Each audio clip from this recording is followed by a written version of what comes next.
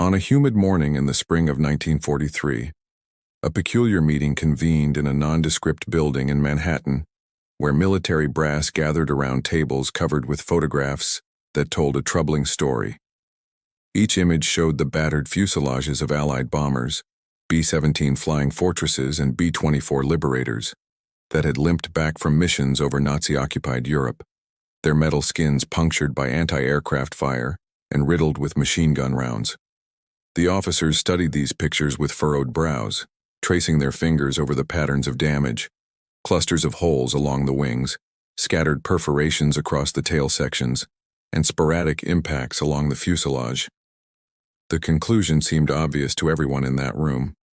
If these were the areas taking the most hits, then these were the areas that needed reinforcing with additional armor plating.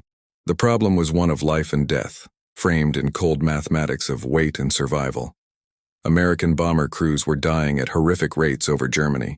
1 in 4 airmen never completed their required 25 missions, and the odds grew worse with each raid deeper into enemy territory. The generals and colonels understood that armor could save lives, but they also knew that every pound of steel added to a bomber meant less fuel, fewer bombs, or reduced altitude capability. Aircraft already strained against their maximum weight limits, and pilots reported that heavily armored planes handled like freight trains, sluggish and vulnerable to German fighters. The military needed to armor their planes, but they had to be surgical about where that armor went. This wasn't merely a technical challenge, it was a crisis of strategic proportions. The Allied bombing campaign represented the Western Front's most aggressive offensive action before the eventual invasion of Europe, and its success depended on planes returning home with their crews intact. Every bomber lost meant 10 men dead or captured, millions of dollars of equipment destroyed, and one less aircraft to strike German industrial targets. The Air Force had already tried various solutions. They'd experimented with different flying formations, varied their approach patterns, and even altered mission timing, but the casualty rates remained stubbornly, devastatingly high. Enter the Statistical Research Group, an unusual wartime assembly of America's brightest mathematical minds, recruited by the government to apply abstract theory to concrete military problems. Housed at Columbia University, this group included future Nobel Prize winners and legendary mathematicians who had traded their academic pursuits for the urgent work of war. Among them was a Romanian-born statistician named Abraham Wald, a man whose journey to that Manhattan conference room was itself improbable. Wald had fled Hitler's Europe only years before, escaping the persecution that had already cost him his academic position in Vienna simply because he was Jewish. Now, in a twist of fate, his mathematical genius would be turned against the very regime that had driven him into exile. According to historical records maintained by the Center for Naval Analyses, which later preserved the Statistical Research Group's work, Wald approached the bomber problem with fresh eyes unclouded by military convention. The generals presented him with their data, meticulously documented patterns of bullet holes on returning aircraft, and their proposed solution reinforced the most frequently hit areas. To them, the evidence seemed incontrovertible. The wings showed the most damage, so armor the wings. The tail section was riddled with holes, so protect the tail. It was logical, straightforward, and completely wrong. Wald sat in that conference room, examining the photographs with an expression that revealed nothing of the revolutionary insight forming in his mind. He was 42 years old, slight of build, with wire-rimmed glasses that gave him the appearance of a bookish professor rather than someone about to overturn conventional military wisdom. While the officers explained their analysis with confident gestures toward the damage patterns, Wald remained quiet, his mind working through a problem that no one else had properly framed. The other men in the room saw the evidence before them, the indisputable physical reality of metal torn by gunfire. Wald saw something else entirely. He saw what was missing. The breakthrough came from a simple but profound question that would forever change how statisticians think about survival and selection bias.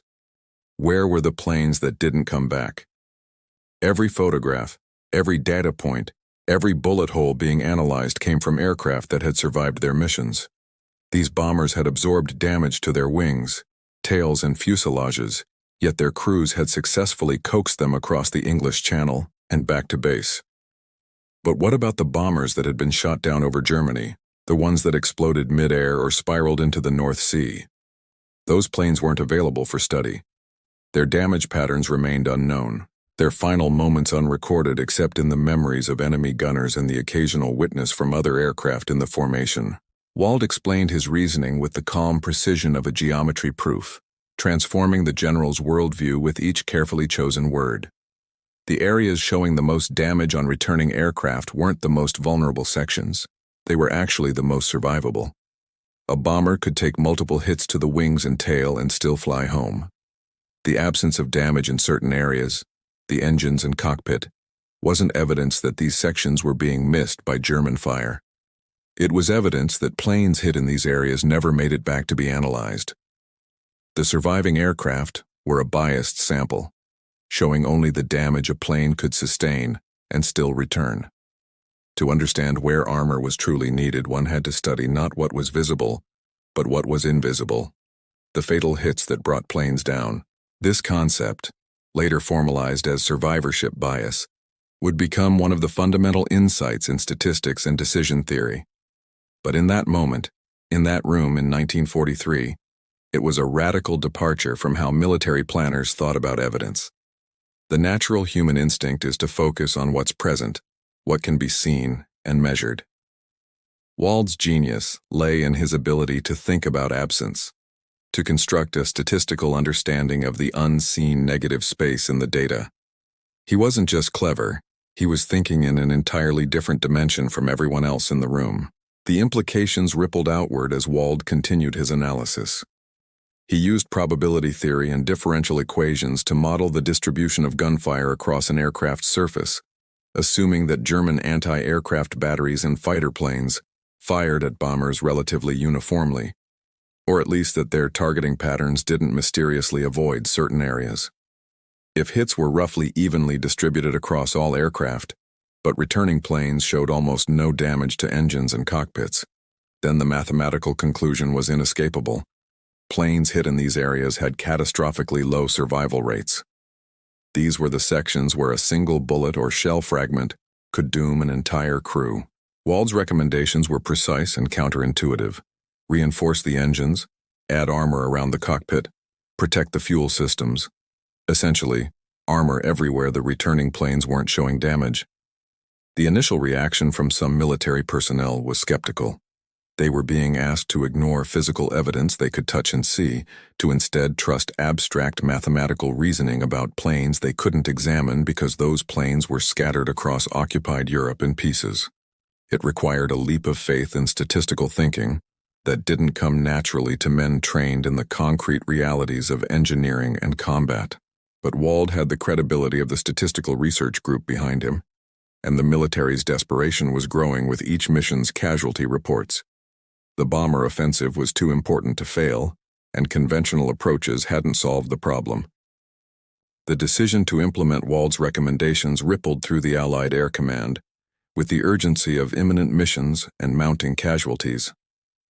By the summer of 1943, the air war over Europe had intensified into a brutal contest of attrition, with American and British bombers striking deep into Germany during increasingly daring daylight raids. The 8th Air Force, operating from bases across England, was losing bombers at a rate that made some missions statistically deadlier than storming a defended beach.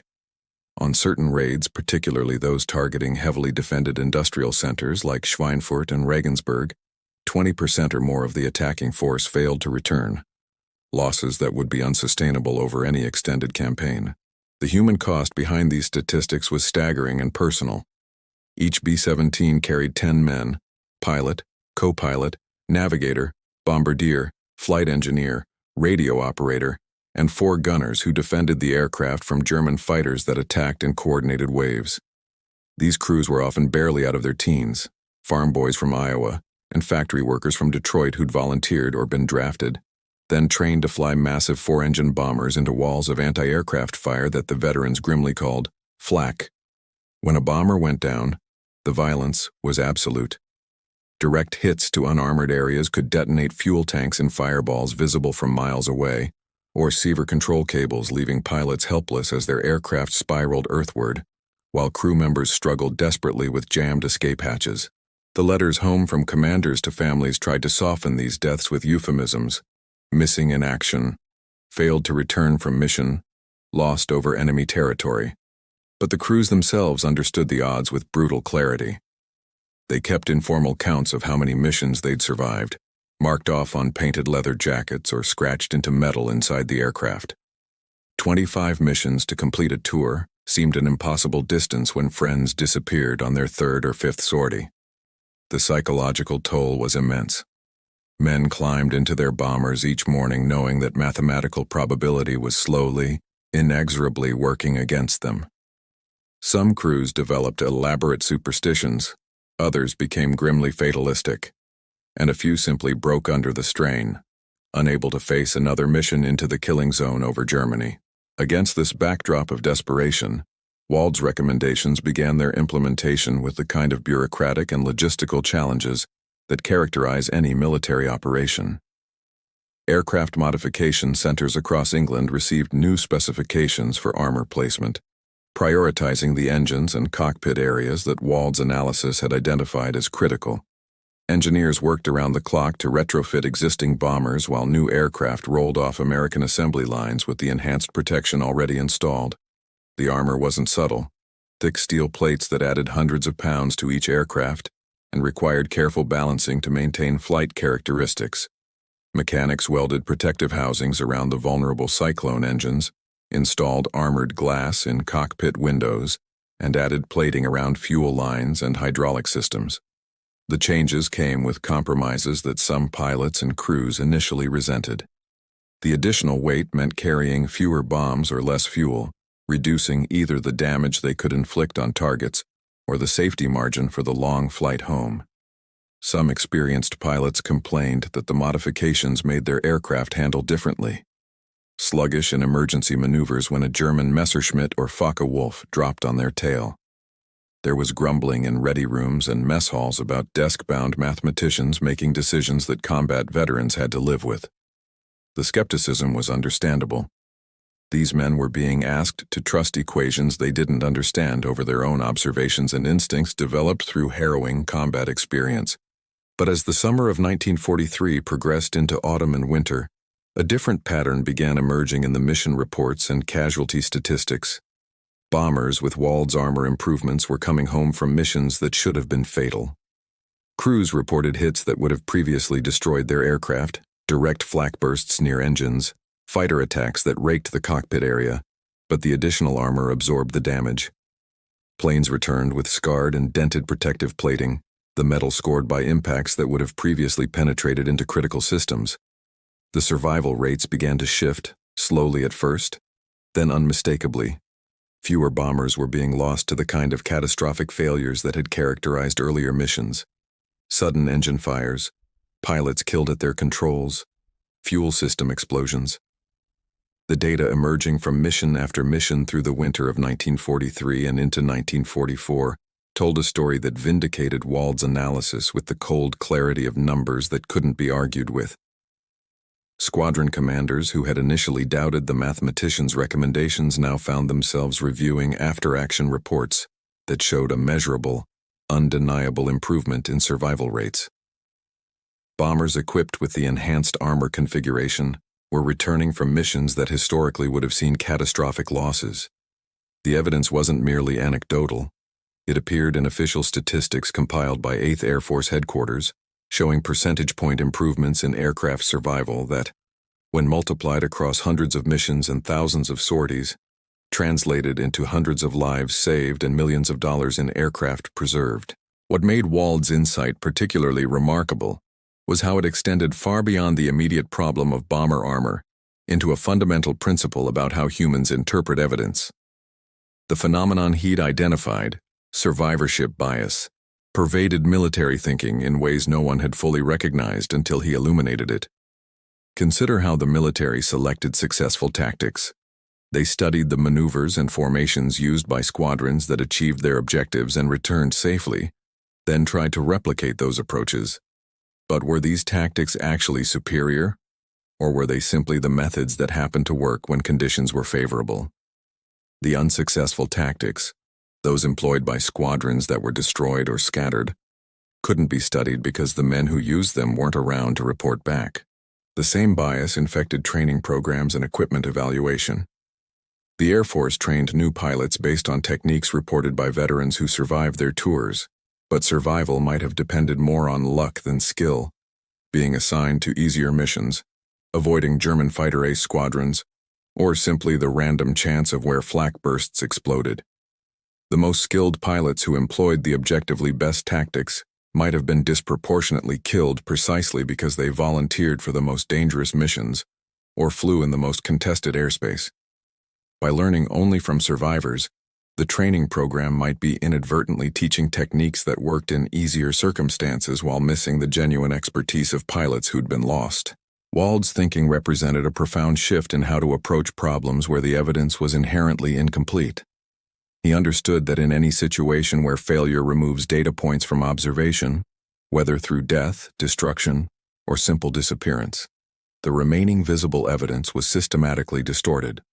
The challenge was developing methods to correct for this distortion, to mathematically reconstruct what the missing data would have shown. His approach combined rigorous probability theory with practical understanding of the specific domain problem, creating models that accounted for both what was observed and what remained unobservable. This methodology wasn't abstract academic exercise, it had immediate practical applications across military operations. The Statistical Research Group applied similar thinking to naval warfare, analyzing torpedo performance by considering not just the torpedoes that exploded properly, but also estimating the failure rate from torpedoes that malfunctioned and therefore weren't available for study. They examined aircraft loss patterns in the Pacific theater, where the longer distances over water meant that damaged planes often didn't make it home at all, creating an even more severe selection bias in the available data.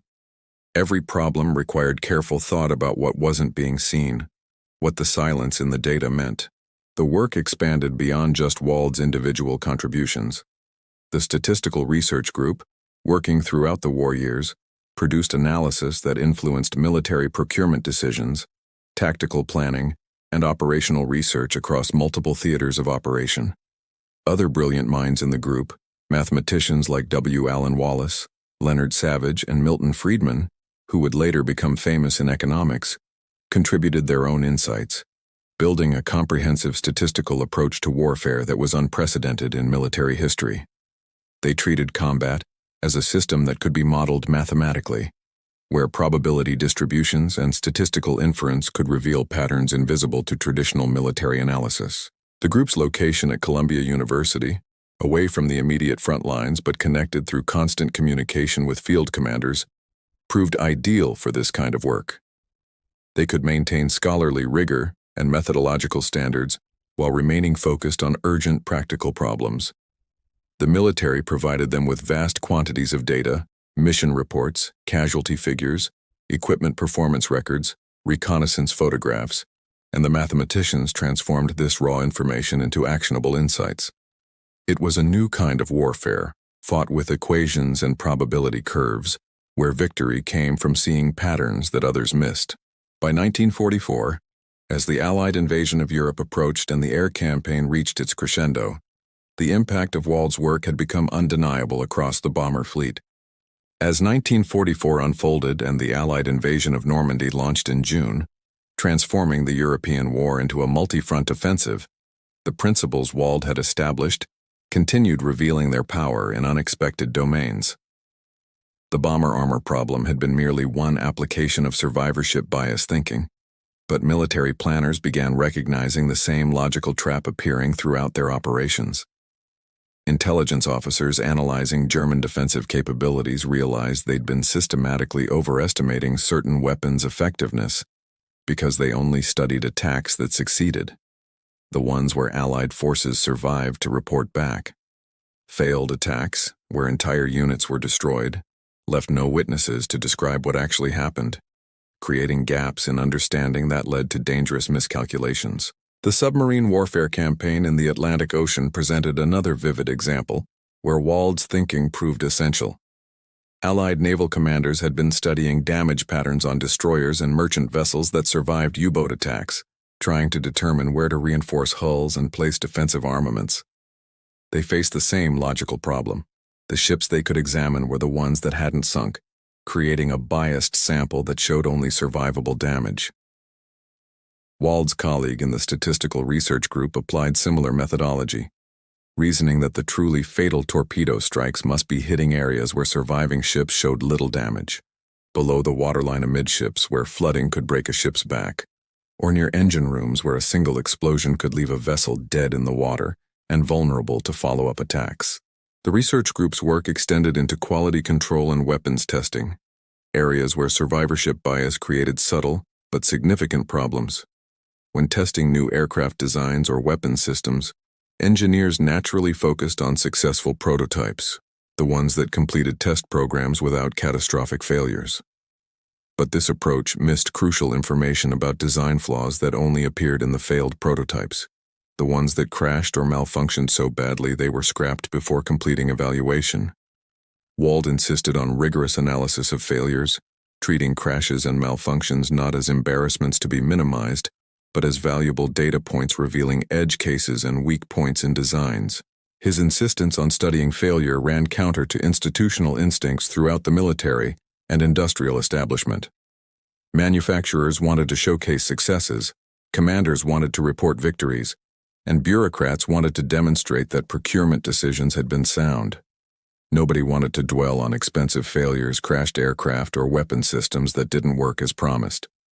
But Wald understood that the failures often contained more useful information than successes. They revealed the limits of performance, the conditions under which systems broke down, and the hidden variables that distinguished robust designs from fragile ones. This philosophy became particularly important as the air war intensified over Germany during the strategic bombing campaign of 1944 and 1945. The Luftwaffe, though diminished from its earlier strength, still posed a serious threat through new technologies like jet-powered fighters that could outpace conventional aircraft. The Messerschmitt Me-262, the world's first operational jet fighter, appeared in combat in the summer of 1944, capable of speeds exceeding 500 miles per hour, 100 miles per hour faster than the best Allied fighters. Initial encounters with these revolutionary aircraft produced terrifying results for bomber crews, as the jets could attack and disengage before defensive gunners could effectively target them. The statistical research group was tasked with analyzing these encounters, but they faced an immediate problem. Most bombers attacked by Me-262s didn't survive to report details of the engagement. The jet's high speed and heavy armament proved devastatingly effective against the relatively slow bombers. Wald and his colleagues had to reconstruct what was happening from fragmentary evidence. The few surviving encounters, reports from other aircraft that witnessed attacks, and intelligence gleaned from interrogating captured German pilots. They had to make statistical inferences about the jet fighters' tactics and capabilities from a sample heavily biased toward the unusual cases where bombers actually survived the attacks. Their analysis revealed patterns that conventional intelligence assessment missed. The surviving encounters weren't random. They correlated with specific defensive maneuvers, formation positions, and approach angles that gave bombers slightly better chances of evading or surviving the incredibly fast attacks. The statistical research group could model the jet's probable attack patterns by working backward from the conditions that produced survivors, using probability theory to fill in the gaps left by the destroyed aircraft. This information helped bomber squadrons develop defensive tactics specifically designed for jet fighter encounters, improving survival rates even against an opponent with overwhelming technological advantages. The work required extraordinary intellectual flexibility, the ability to think simultaneously in abstract mathematical terms, and concrete operational realities. The immediate impact of Wald's work on bomber survival, quantifiable in lives saved and aircraft preserved, represented only the most visible success of his statistical approach. As the war in Europe moved toward its conclusion in the spring of 1945, with Germany collapsing under the weight of Allied advances from both East and West, the longer-term implications of survivorship bias thinking began permeating military and civilian institutions. The statistical research group had demonstrated that rigorous mathematical analysis could solve problems that defied conventional wisdom, and the lessons learned during wartime would reshape how organizations approached decision-making in the coming decades of peace. Wald himself continued his work after the war ended in August of 1945, returning fully to academic life at Columbia University, where he focused on developing the theoretical foundations of statistical decision theory. His wartime experience had convinced him that statistics needed stronger mathematical grounding, better frameworks for making optimal decisions under uncertainty. The problems he'd tackled, where to armor aircraft, how to interpret incomplete data, when to trust models over intuition, all required systematic methods for choosing between alternatives when complete information was impossible to obtain. He published groundbreaking work on sequential analysis, developing mathematical techniques for making decisions as information accumulated over time, rather than waiting for complete data sets. His sequential analysis monograph, published in 1947, became a foundational text in statistics, introducing methods that would eventually find applications far beyond military contexts. The techniques allowed researchers to make statistically valid conclusions while minimizing the amount of data needed, particularly valuable in situations where data collection was expensive, time-consuming, or ethically constrained. Medical researchers adopted these methods for clinical trials, where sequential analysis could identify effective treatments earlier, potentially saving lives by ending trials sooner once results became clear. Manufacturing industries used the techniques for quality control, catching defective processes with minimal testing rather than waiting for large sample sizes. The concept of survivorship bias itself became a fundamental principle taught in statistics courses, business schools, and eventually popularized in broader culture as people recognized how pervasively it affected human judgment. Financial analysts realized they'd been making systematic errors by studying successful companies and investors while ignoring the far larger number of failures, the businesses that went bankrupt, the investors who lost everything. The visible successes created an illusion of predictability and skill, where often random chance and survivorship bias explained much of the apparent pattern. Popular investment advice based on studying wealthy investors suffered from exactly the problem Wald had identified. The people giving advice were by definition survivors, and their success might reflect luck rather than repeatable strategy. Medical research confronted its own survivorship biases in studies that followed patients over time. If only the healthiest patients completed long-term studies, because sicker patients died or dropped out, then conclusions drawn from the remaining participants would be systematically distorted, overestimating treatment effectiveness or underestimating disease severity. Epidemiologists developed sophisticated statistical methods to account for this attrition bias, essentially applying Wald's logic to track what happened to the missing patients whose absence from final data created a biased picture of outcomes. The field of survival analysis emerged partly from these concerns, creating mathematical frameworks for studying time-to-event data, where some subjects inevitably disappear from observation before the event of interest occurs. Tragically, Abraham Wald didn't live to see the full impact of his intellectual legacy.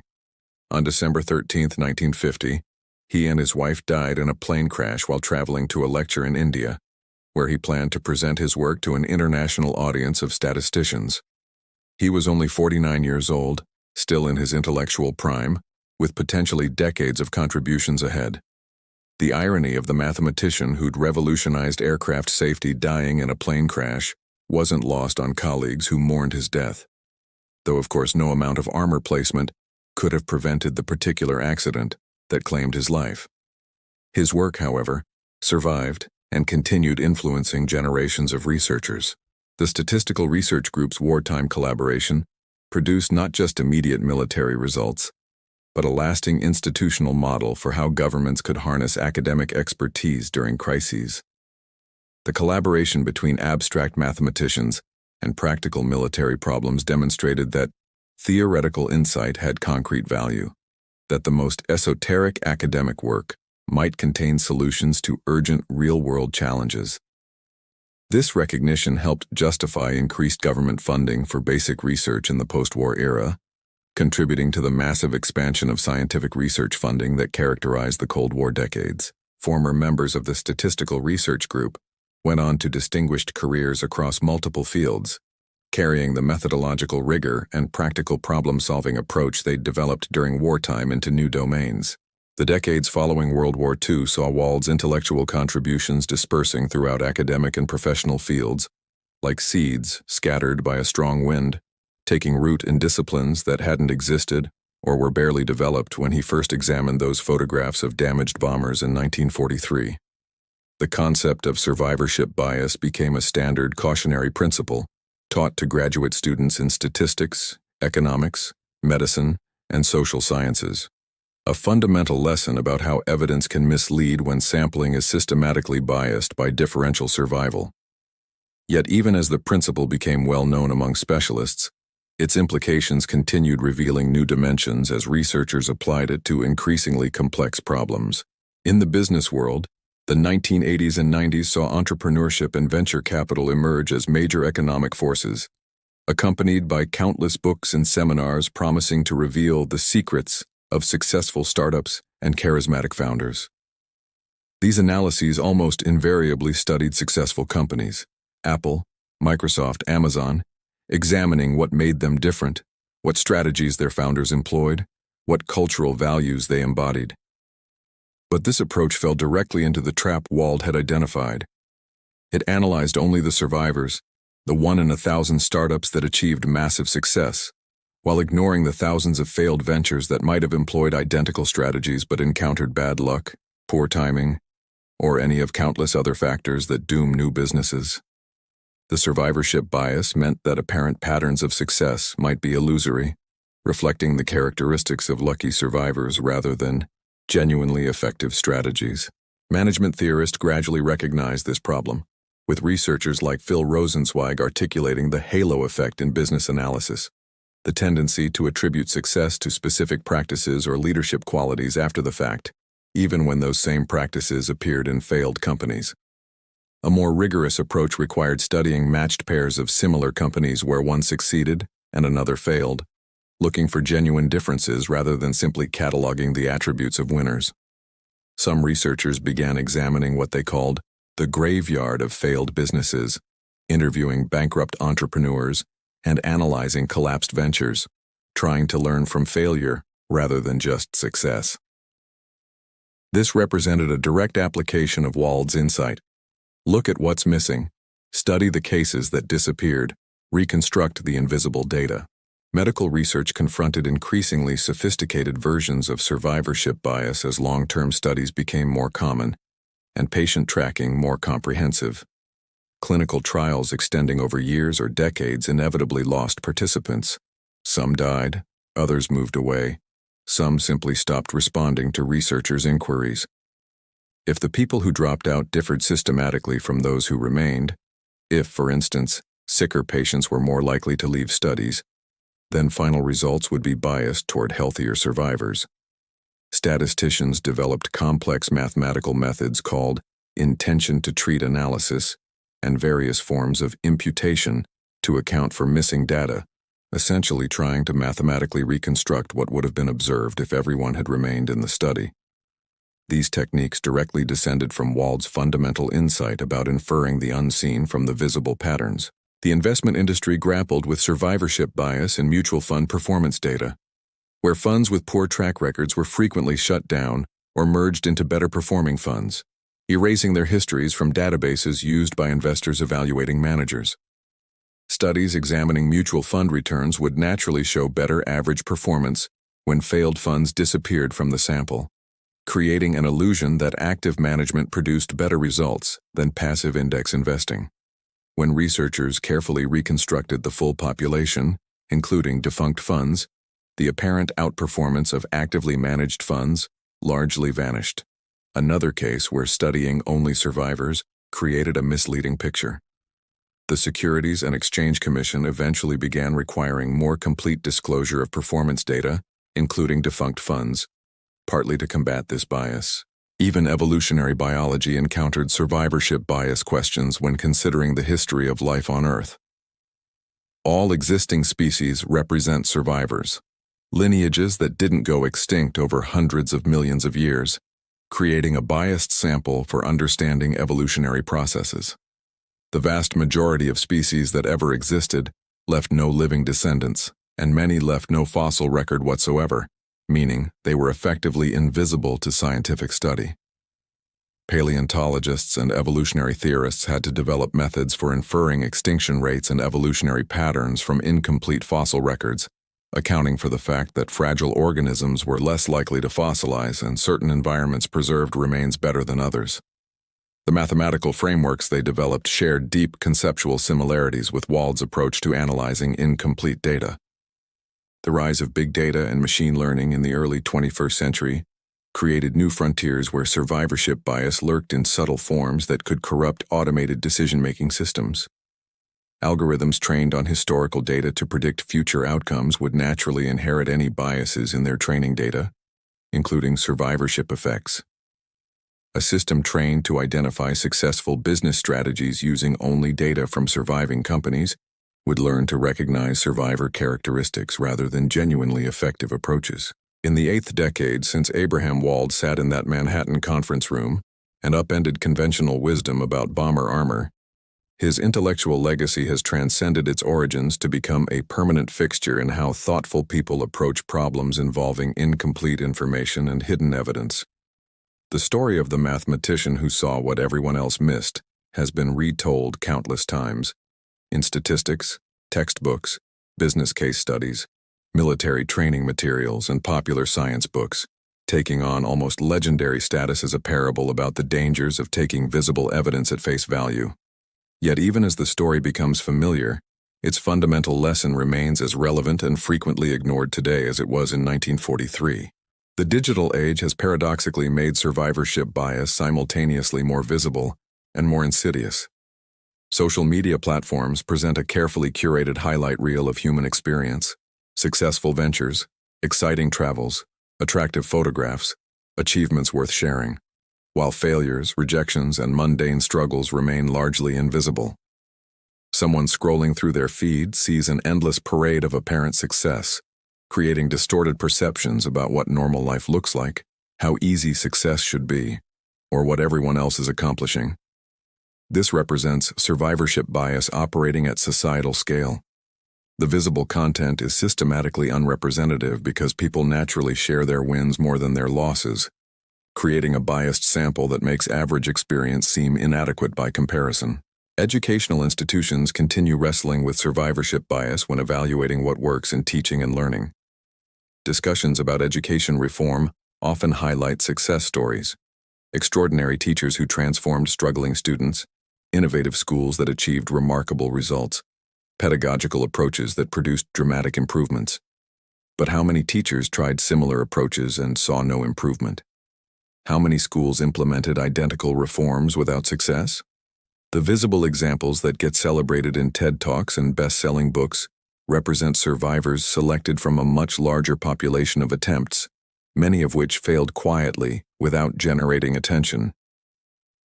Distinguishing genuinely effective interventions from lucky outcomes requires the kind of rigorous statistical thinking that Wald pioneered, looking beyond the spotlight cases to consider the full distribution of results, including the invisible failures.